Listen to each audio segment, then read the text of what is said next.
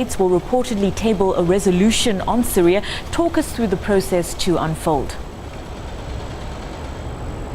Well, it started, Vibhakshini, as a French resolution this morning, and who would have thought just a few days ago that we would be back with the United Nations Security Council at the forefront of the issue regarding chemical weapons in Syria. And what you have literally today is the French ambassador presenting a draft resolution that would require of the Syrian government to place their chemical weapons under international supervision with a view to having them destroyed. And what is critical is that the United States, that has been running a parallel unilateral effort in Washington on this matter, has returned to the UN Security Council and said they will engage on this resolution. It's important to note that just a week ago, the ambassador to the United Nations, Samantha Power, said that there was no viable way forward on Syria's chemical weapons issue in the UN Security Council. And just 2 days ago, Ban Ki-moon, the UN Secretary General, said that the UN Security Council was suffering from an embarrassing paralysis. So really, the 24 hours have really shown us that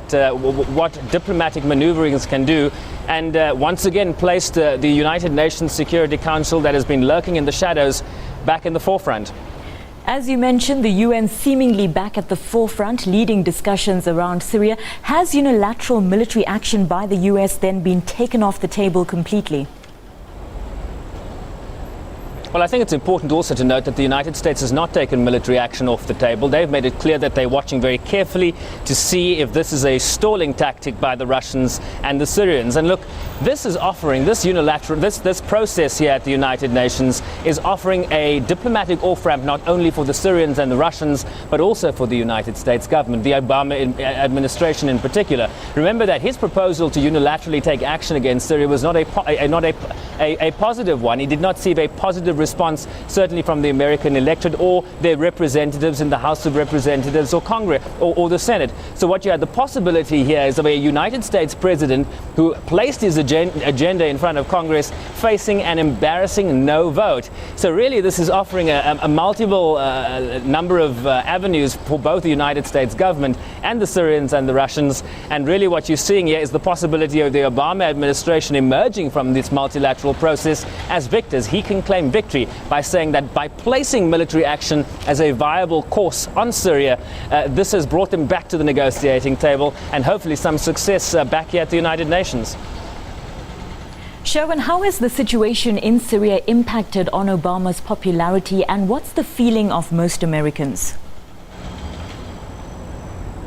Well, most Americans are dead against this intervention by the American administration. Some 79% of Americans are a war-weary public. I mean, given what's happened in Iraq and Afghanistan, do not want the American government to be the world's policeman anymore. 6 out of 10, a number of polls showing that 6 out of 10 Americans did not want unilateral action by the United States government in Syria. But what could, as I've just mentioned, emerge from this is a United States president that emerges as victorious, given what could happen here at the United Nations Security Council. If this resolution passes, Obama will claim victory, and that will give him some momentum for the rest of his domestic agenda. If it fails, the United States is maintaining that they will continue with military action if the resolution, if Russia, for example, blocks what they're trying to do here in New York.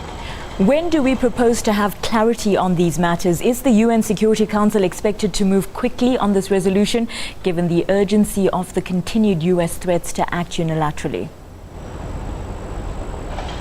Well, let's look at the momentum over the last 24 hours. We had John Kerry speaking at a press conference in London, speaking off the cuff about if the Syrian regime of Bashar al-Assad hands over their chemical weapons to international observers, Russia, being the great chess-playing nation that they are, seized on this move, made a brilliant move by forcing the Syrians to acquiesce to this demand. And now we're back here at the UN Security Council. So a lot has happened in just the last 24 hours.